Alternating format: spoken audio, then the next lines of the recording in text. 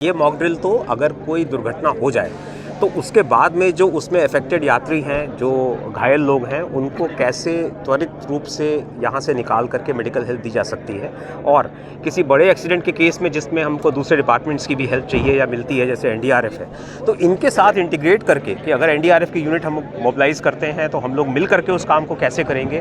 ये सब चीज़ लिखित में तो रहती है, मगर उसको एक बार वैलिडेट करने की ज़रूरत हम लोग समय समय पर महसूस करते हैं, जिससे कि ये तय हो सके कि हमको उसमें कुछ और सुधार करने की आवश्यकता है तो क्या करना है।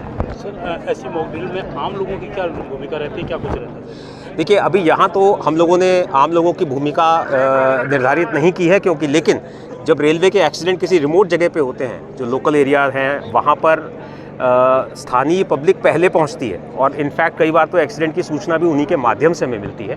उसके लिए हम लोगों ने ये एक प्रक्रिया अपना रखी है कि जो हमारे स्टेशंस हैं, जो हर 7-8 किलोमीटर की दूरी पे होते हैं, वहाँ पर जो स्थानीय प्रशासन है, जो लोकल इन्फ्लुएंशियल लोग हैं, जो पंचायती राज, हेल्थ क्लिनिक, इस तरह की जो चीज़ें हैं, उनके फ़ोन नंबर्स हमने स्टेशन पर डिस्प्ले कर रखे हैं। और जब हम लोग अपने निरीक्षण में जाते हैं तो उन फ़ोन नंबर्स को वैलिडेट भी करते हैं बात करके। इवन हैवी मशीनरी, क्रेन्स, बाकी सब जो उस एरिया में उपलब्ध हैं, उन लोगों के ऑपरेटर्स के नंबर, उनके ओनर्स के नंबर।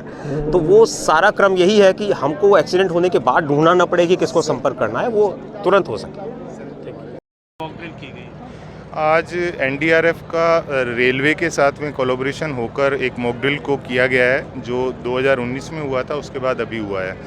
ये वाले ड्रिल का मेन पर्पज़ ये रहता है कि हमारा मेडिकल डिपार्टमेंट और हमारा जो मैकेनिकल डिपार्टमेंट और बाकी सभी डिपार्टमेंट रेलवे के, इसमें इस चीज़ के ड्रिल के थ्रू क्या होता है कि उनके अंदर अवेयरनेस आती है और उनको ये पता चलता है कि कौन सा प्रोटोकॉल है जिसके तहत हमें उस समय कार्रवाई करनी होती है।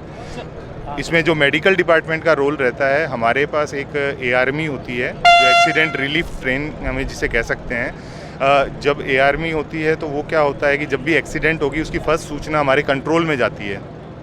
कंट्रोल से सूचना जो होती है वो हमारी रेलवे हॉस्पिटल की इमरजेंसी में और सीएमएस मैम के पास जाती है कि भाई इस जगह पर एक एक्सीडेंट हुआ है और आपकी एआरएमई को मूव करने का आदेश दिया गया है।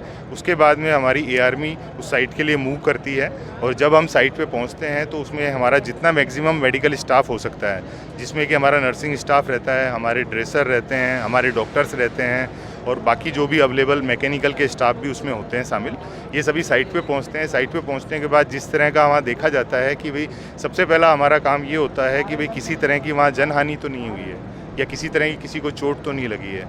अगर इस तरह का कुछ पाया जाता है तो हमारा जो एआरएमई या स्पार्ट होती है उसमें एक माइनर ओटी भी होता है और साथ में उसमें सभी तरह के जो रिसस्टेट करने के, सीपीआर करने के, सभी तरह के उसके अंदर इक्विपमेंट्स रहते हैं। हमारे पास ऑक्सीजन सिलेंडर वगैरह भी रहते हैं, तो और हमारे पास ड्रेसिंग का सभी तरह का सामान और सभी तरह के इंजेक्शन दवाइयाँ रहती हैं।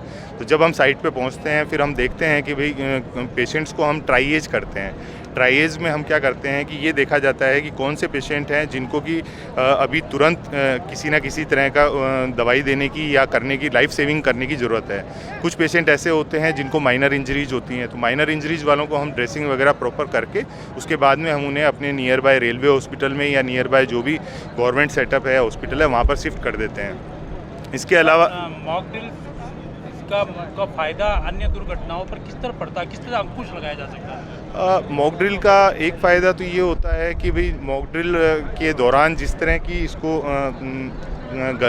जिस तरह से इसको एक्सीडेंट को होने का बताया जा रहा होता है, तो हमें ये आइडिया लगता है कि भाई एक्सीडेंट किन कंडीशंस में हो सकता है, जिसका कि हमारा जो रनिंग स्टाफ है, हमारा कंट्रोल स्टाफ है, जो हमारा मैकेनिकल डिपार्टमेंट है, ये सभी उसको देखते हैं कि भाई ये इस तरह से घटना हो सकती है। उसकी संभावना को देखते हुए फिर हमें प्रिपरेशन करने में बहुत हेल्प मिलती है मॉक ड्रिल से।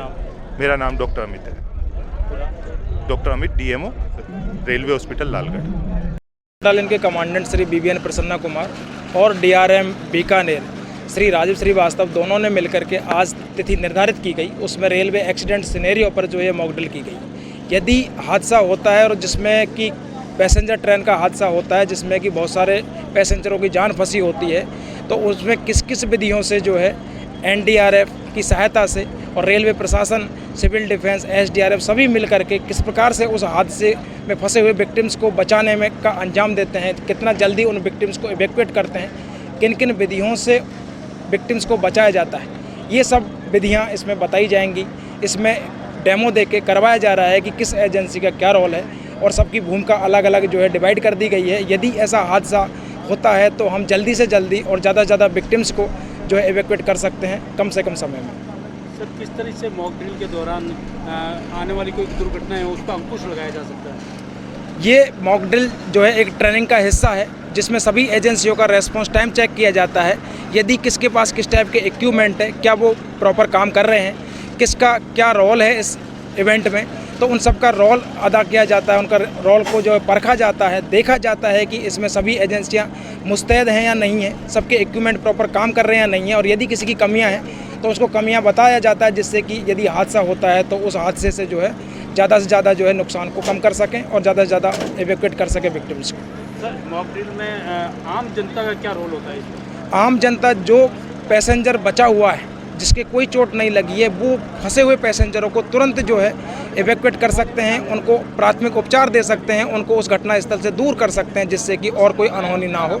और सबसे पहले जनता ही फर्स्ट रेस्पॉन्डर का काम करती है, क्योंकि सबसे पहले जो है दर्शक वही होते हैं। उस इंसिडेंट को सबसे पहले उन्होंने ही देखा होता है। ये सूचना के बाद बाकी प्रशासन एक्टिवेट होते हैं।